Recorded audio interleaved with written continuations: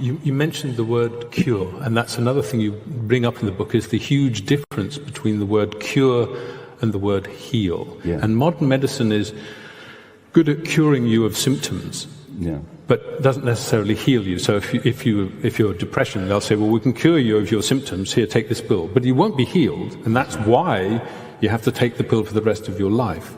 Yeah.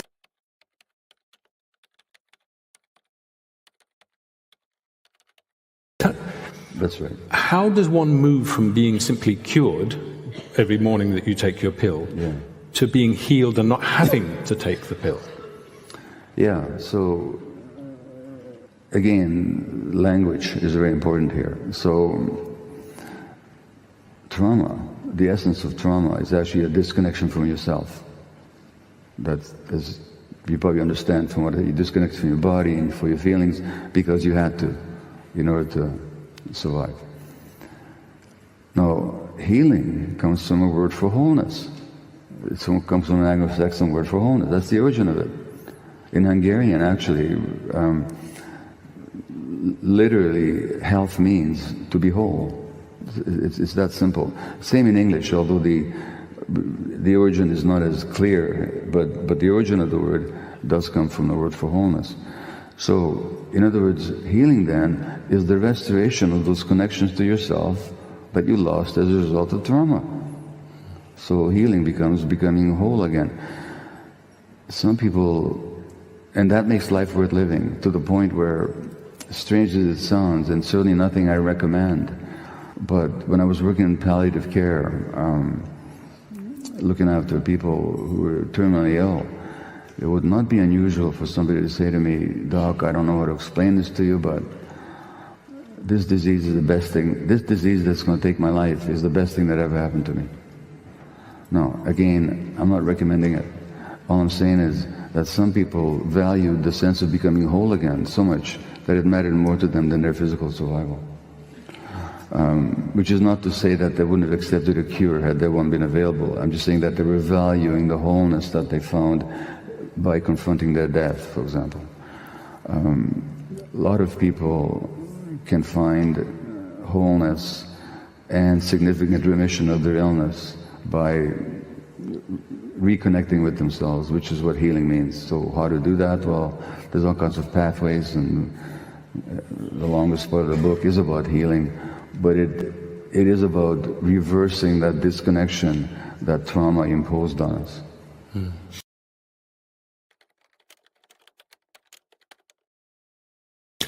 And towards the end of the book, you raise the word meaning, the sort of the typical view of a disease like something that comes from outside, it is essentially meaningless. Yeah. But once you begin to look at your life and reconnect with it, there is a sense in which, and I think you quote several of the people you've treated, they said, once I realized my illness, it made sense. Yeah. And tell us a bit more about what that sense of a meaning, how that relates to wholeness and the finding... Sense of meaning or sense of me? Meaning. Meaning, yeah. Because it's connected, isn't it? That reconnection with you brings meaning. Yeah. Well, it's one of those things that, it's a really great question, but it's more easily answered experientially than intellectually. So, if you just ask yourself here, when there was purpose and meaning, genuine meaning that expressed who I actually was in my life, how did I feel? As compared to when I was doing things that were basically meaningless and didn't come from my authentic self. How many of you know what I'm talking about? Yeah, well, about 1/3 of the audience. That's pretty good. The rest of you can find out. But our physiology is connected to each other. So when we engage in activities that serve that connection in one way or the other, we find meaning. That could be through individual activity like creativity, like art and so on. But when you create art, you're not just thinking about yourself. It's something larger process that's coming through you. You're kind of channeling the universe in some way. You're allowing yourself to open. I'm not an artist, but if I was, but I'm married to one. And when the artist is creating, there's something flowing through them. I experience that sometimes when I'm writing. Meaning is the presence of that something else other than just the egoic little self. That's why I put it. And we provide that, or we can provide that in our relationships with other people. Going back to parenting, there's a difference between being the parent who comes home and says, well, I brought the bacon home, honey, here's the money for pay the rent. Yeah. But that, or to buy your child a Game Boy or something. But it's a different thing to engage in a meaningful way, to provide meaning for them by actually physically engaging with them. Yeah, exactly. So to go back to what I said about meaning is beyond my little particular concerns. I can relate to my child two ways. I can relate to my child as kind of a projection or extension of myself, and I want them to be a certain way. Maybe I think that's best for them, but nevertheless I define what is best for them in terms of my own expectations. Or I can relate to my child as a separate human being who needs to find their own meaning, and I need to get very curious about what's happening for them. It's a totally different relationship. And it's not a question of whether I love the child or not. Both of these parents, both of these hypothetical parents, can love their child equally well in terms of their goodwill or warm feelings towards them. But one of them is going to develop a meaningful relationship. The other will not. Because it's not about me, it's about the connection.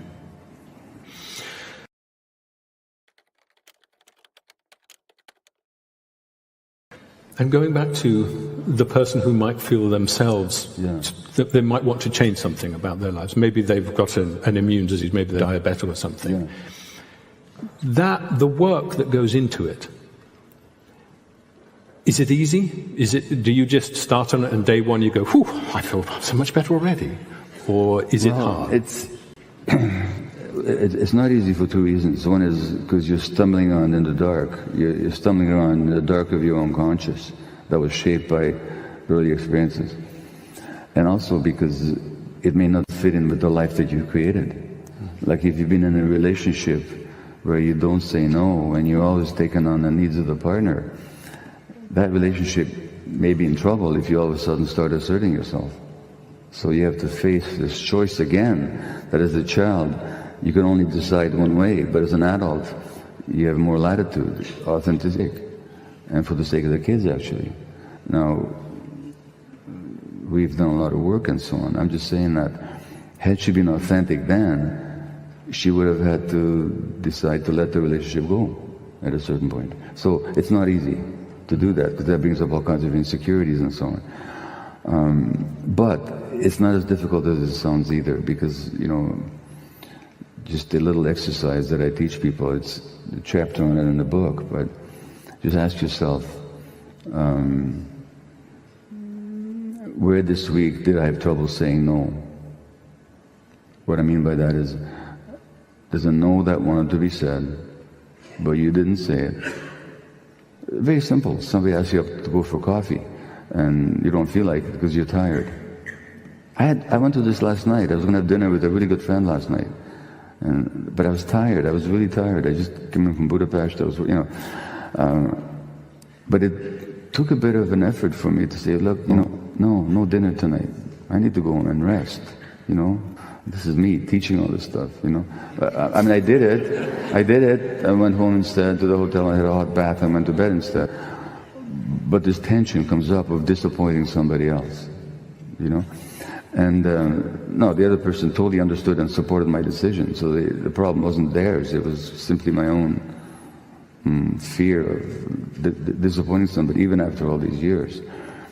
But you can ask yourself, it's very simple. Somebody asks you out for coffee. You don't feel like it for whatever reason. You're tired. You're upset, or you don't feel like it. But you don't say no. More seriously, on the job, somebody asks you to take on yet another project, and you don't want to seem like you're not a team member, so you don't say no. Or in a relationship, certain demands are put on you, and you don't feel like meeting those demands, but you don't say no. Well, that will have significant impact on you. But just ask yourself once a day or once a week, where this week did I not say no? Because that no that you don't say is a marker of your authenticity. Because your authentic self wants to say no. If you don't say it, don't criticize yourself for it, but get curious about it. Where did I not say no? And secondly, what was the impact of my not saying no? If you don't feel like going out for coffee, and you do, what's going to be the impact on you? Or if you take on more work, what's going to be the impact on you? Thirdly, what belief did I have that kept me from saying no? So there are more, if I say no, I'm a bad person. If I say no, I'm selfish. If I say no, they won't like me. Those are the stories that we tell ourselves. The exercise has more parts to it, but it's very simple. You just work with the word no and see how that shows up or doesn't show up in your life. That exercise alone, I've had people tell me that exercise alone changed their lives. So, yes, it's difficult, but at the same time, it's also simpler than we imagine.